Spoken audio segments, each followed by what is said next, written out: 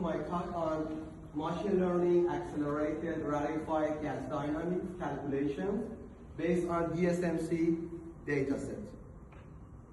So before proceeding to my talks, first I advertise my YouTube channel on aerospace and machine learning.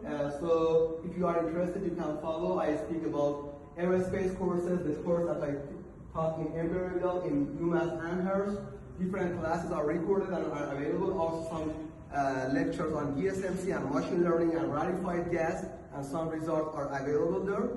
And also I want to present our new book published in August 2025 named Advanced in Direct Simulation Monte Carlo from Microscale to Rarefied Flow Phenomena. You can buy this book by 20% discount from Springer webpage. And this book is the first version. The second version is planned to be published in August 2026. And we will add machine learning, also a full chapter on machine learning to this book. It's very suitable for those who are interested in rarefied gas. Okay, let's go to my talk and my discussion. As you know, DSMC is a tool to solve the complex Boltzmann equation. The Boltzmann equation has a complicated integral term for the collision term, which makes it very complex. So for treating this complex collision term, we use DSMC developed by Gromberg in 1960s when he was visiting Los Alamos National Lab. In DSMC, we specify Knudsen number, Mach number, and geometry of the flow field, and then we solve with our numerical solver and get density field, velocity field, temperature field, and heat flux, and a lot of things from DSMC. Now, with the advent of the machine learning, the strategy is that we get this flow field not from DSMC for all the cases. For some cases, we get this data from our neural network. So our neural network, or AI operator, or GNN, get Knudsen, Mach geometry, and theta, which is theta is the loss, and provide us the flow field. And we should pay attention. Just training the training or neural network by some DSMC data set and minimizing loss of the data is not sufficient. Sometimes we require to impose something from physics.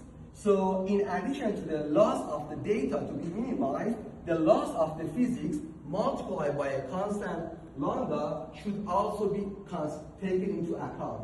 So our machine learning is not just data driven. It has also some physical constraints.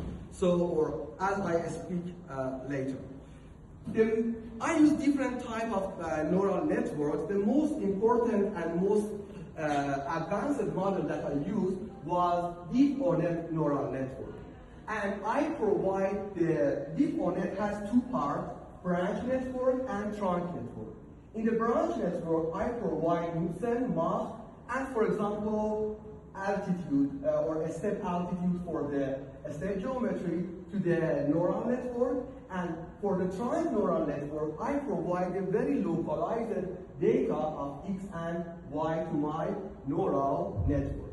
And both neurals are trained to learn the global picture and local picture, and dot product of both of them give the prediction or final solution. Let's go to some results because there is a lack of time. I cannot speak more about the detail of the algorithm. So I start with a very, very basic test case.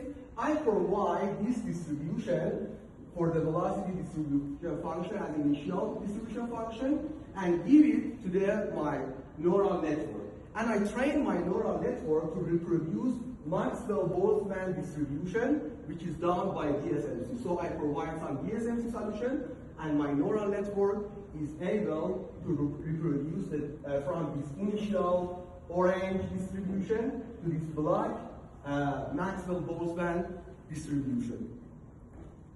And next, I move to a more complex problem. The more complex problem that I consider was a cavity geometry. The cavity is not only leak driven, but also we have a temperature difference on the side wall. And you know from microscale fluid mechanics that when we have a temperature distribution, there is a thermal creep from cold to hot region. And in this case, I also used this neural network with some hidden layer. It is not a DeepOnet. In this case, I used a family of experts. I trained my neural network with the DSMC dataset at various Knudsen numbers. So, and I asked my neural network to predict the flow field solution at unknown Knudsen number. It is the DSMC flow field, and it is the interpolated neural network velocity field that you can observe here. The agreement is very excellent, and this work is published in a January 2026 issue of Journal of Aerospace Science and Technology. And in addition to cavity, I was interested in the shock wave. So I trained my neural network for the range of Mach number 1.5 to 1.9, and then I unmuted 1.7, and my neural network was able to predict the shock profile at 1.7. Now, I told here, I trained my neural network for Mach 1.5, 1.9. So it is an interpolation test case. Next, I move to extrapolation test case. It is an extrapolation test case at Mach 2 that is outside of the training range, and it is 2.5, Mach 2.5. There are a slight discrepancies observed at Mach 2.5, but it is acceptable because it is far beyond the training range of the neural network. The other thing that I do, in previous cases, I just train my neural network with data, with DSMC data. When I move to a more complex problem, which is shock wave in polyatomic rarefied gas, you see the blue line is the shock wave in polyatomic gas. It is the density. My purely trained neural network on data give me an over prediction here and overshoot, give an overshoot here, and was not able to correctly reproduce the data. In that case, I need to impose two physical constraints. The first physical constraint is the monotonicity constraint, and the other constraint is the limitation of the boundary condition, that at very, very far field, the solution is uniform. So in this case, when I applied these two boundary conditions, my neural network was able to produce the rarefied gas solution. Next, I move to a more complex problem, a hypersonic cylinder problem. The hypersonic cylinder problem was trained between Mach 5 to 15, and in this case, you see it is an overlap of the result at 5 and 15. You see the shock wave moves the profile of, it is I think a temperature profile. The profile changed a lot between Mach 5 and 15. And then I do interpolation. It is an interpolation test. It is the flow property over the stagnation line, and it shows a very excellent agreement. And this is an extrapolation test case.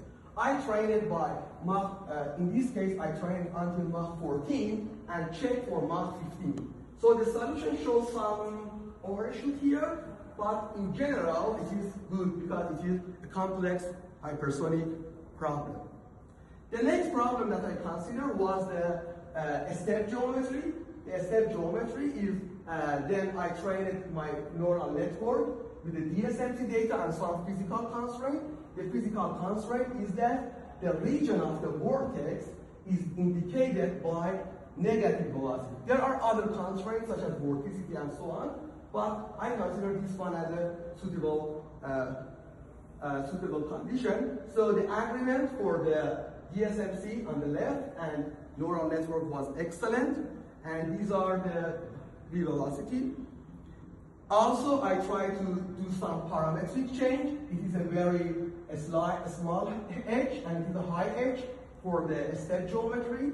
And I observed, I trained my, these are the DSMC data, these are the pure DSMC data, and these are the prediction of the DSMC, and this is the prediction of neural network. So my neural also can predict change of geometry.